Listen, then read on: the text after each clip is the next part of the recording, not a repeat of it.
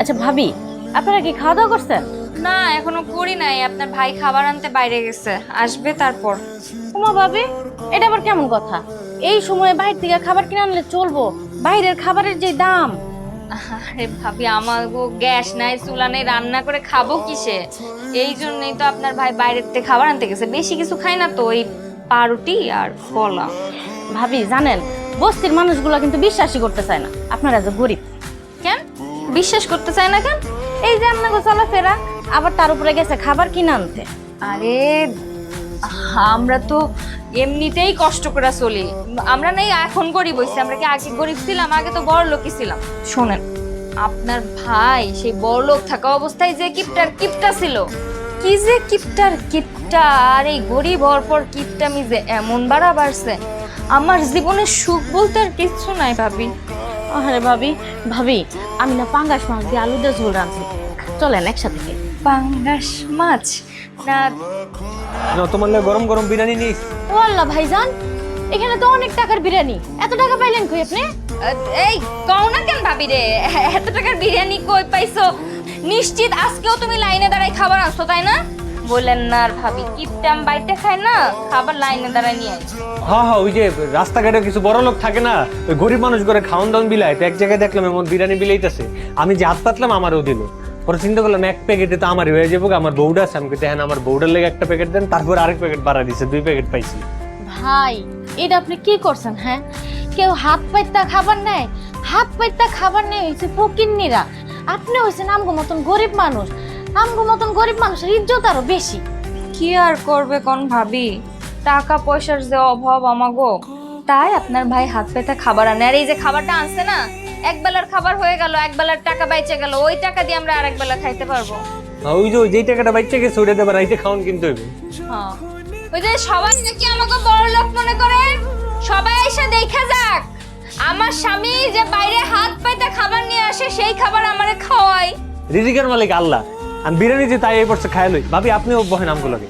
না ভাই, আপনারা খান, আমি ঘরে আবার পাঙ্গাস মাছ রান্না করে আসছি। আপনার ভাই আবার আমার না পাইলে রাগ করবো। আপনারা খান, আমি যাই। আচ্ছা ভাবি। ইসে তোমার এখন বিরিয়ানিটা আনতে কইছে কিটা? হ্যাঁ, এখনই তো ধরাটা খাইতাম।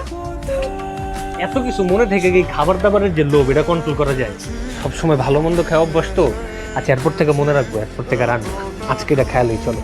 যাক, তোমার মতো কিপটা যা আমার কথা ভাইবা বিরিয়ানিটা নিয়ে আসছে, এই জন্য তোমার ধন্যবাদ দাও। তোমার মতন একটা বউ থাকলে ভালোবাসা কমে? আমার স্বামী যে আমার প্রতি ভালোবাসা দিন দিন বাড়তেছে, এটা বুঝতে পারতেছি।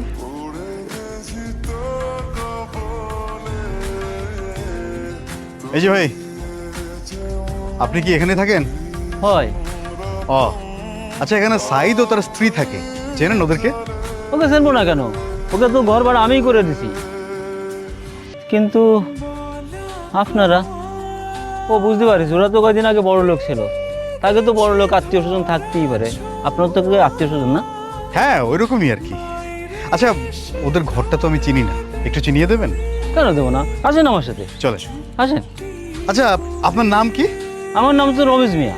তো রমেশ মিয়া, এই সাইদ আর তার স্ত্রী, ওদেরকে দেখে আপনার কি অন্যরকম কিছু মনে হয়, যে ওদের অনেক টাকা পয়সা আছে এরকম কিছু? না, এইটা মনে হয় কি একসময় ছিল, কিন্তু এখন তো কিছু নেই। এখন যদি টাকা পয়সা থাকতো তাহলে কি রাত্রে নাইট ডিউটি করে?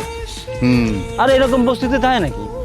তা ঠিক, কিন্তু তারপরও হয় না যে একটু বাজার সদায়ের ধরন বা খাওয়ার ধরন দেখে তো অনেক কিছু বোঝা যায়। আরে বাজার তো করে একদম সস্তা শাকসবজি এইগুলো কেনে। তারপরে আজকাল অনেক বড় লোকরা ওই খাবার দাবার দেয় না, ওরা তো সেগুলো হাত পেতে নিয়ে আসে বাসায়। ও যাক, আর কত দূর? চলে না, আরে এই তো একটু সামনে গেলেই হয়ে যাবে। চলো। আসেন তাহলে, আপনারা দাঁড়ান, আমি ডাকি নিয়ে আসি। ঠিক আছে, ঠিক আছে। ভাবি, ভাবি, এই দেখেন তো আপনার কোন আত্মীয় হয়েছে? আত্মীয়?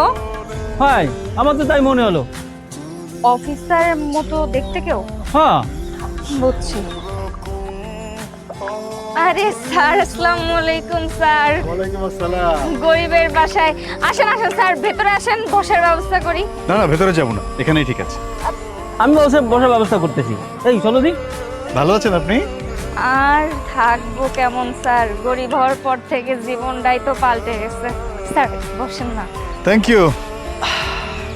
জসিম সাহেব, যান একটু খোঁজ খবর নিয়ে আসেন। এটি একটি short clip video. Video editing শিখতে কমেন্ট করুন। স্যার কি খাবেন বলেন? চা, কফি? চা হতে পারে, রং চা, চিনি খুব অল্প। কিন্তু স্যার চা চিনি কিছুই তো ঘরে নেই, এখন কি করি? আমার স্বামীও তো বাইরে। এটা আপনি কি কোন ভাবি? আপনার বাসায় চা চিনি নেই? আমরা তো গরিব মানুষ, তারপরেও আমাকে বাসায় চা চিনি আছে না? ওই। আচ্ছা ঠিক আছে, চার দরকার নেই। আপনার স্বামী কোথায়? ওনাকে দেখছি না তো, ওনার সঙ্গে একটু কথা বলা দরকার ছিল। সে কি আপনারা সে সারাদিন বাড়ি বসে থাকলে হবে? তাহলে আমাদের পেট চলবে কি দিয়ে? কামে গেছে। তা ঠিক। আর আপনারা? হ্যাঁ হ্যাঁ, আমরা। আপনি এতক্ষণ কোথায় ছিলেন? আর বাইরের থেকে এগুলো কি নিয়ে এলেন?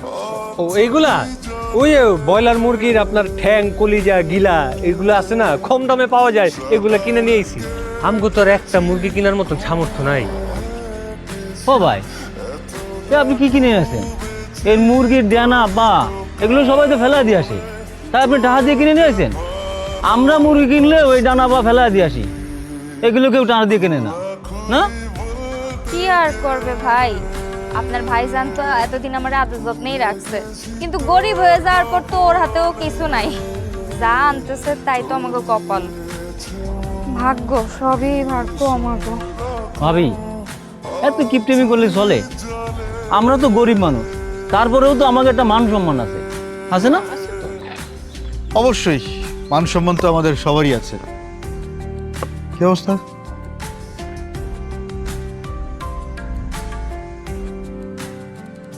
সাইদ সাহেব, আপনারা তো আসলেই গরিব হয়ে গেছেন।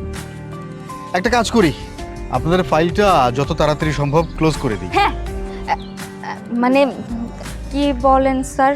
সত্যি সত্যি ক্লোজ করে দেবেন? কেন করবো না ক্লোজ? না স্যার, আসলে আমরা তো সত্যি সত্যি গরিব হয়ে গেছি, এখন আমাদের কষ্টটা শেষমেশ আপনি বুঝতে পারলেন। তাহলে স্যার তাড়াতাড়ি ফাইলটা ক্লোজ করেই দেন। সেটাই। স্যার যত তাড়াতাড়ি সম্ভব ক্লোজ করে দেন। আপনারা ক্লোজ করে দিলেই তো আমরা মানে প্যারামুক্ত হয়ে যাই। অবশ্যই তাড়াতাড়ি করবো, এই সব গোছগাছ করতে যে কদিন সময় লাগে। তাহলে আসি আজকে। চলে যাবে? হ্যাঁ। এটি জানতাম খাই যেতেন। না আজকে না, আজকে আর অত সময় হাতে নেই। এক কাজ করেন, আপনি যেদিন ওই আস্ত মুরগি কিনে আনবেন সেদিন না হয় ভাবি খিচুড়ি রান্না করলো, সেদিন খিচুড়ি খেয়ে যাবে। হ্যাঁ, অনেক সময়ের ব্যাপার। অসুবিধা নেই, কোনো অসুবিধা নেই, আমরা ততদিন অপেক্ষা করবো। হ্যাঁ, আসি, চলেন। স্যার তাহলে দ্রুত ফাইলটা অফ করে জানায়েন। অবশ্যই। আসসালামু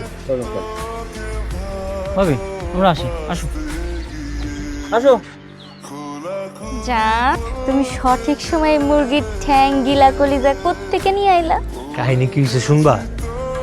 তখন বাসা থেকে বাইরে হইতে নিছি না।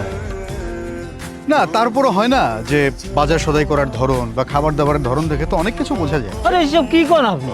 ওরা বাজারের একদম সস্তা শাকসবজি কেনে, আর ওই যে বড় লোকরা রাতের খাবার দেয় না, ওগুলো সাইয়ে চিনতে নিয়ে চলে আসে। আচ্ছা আচ্ছা, বুঝছো এবার?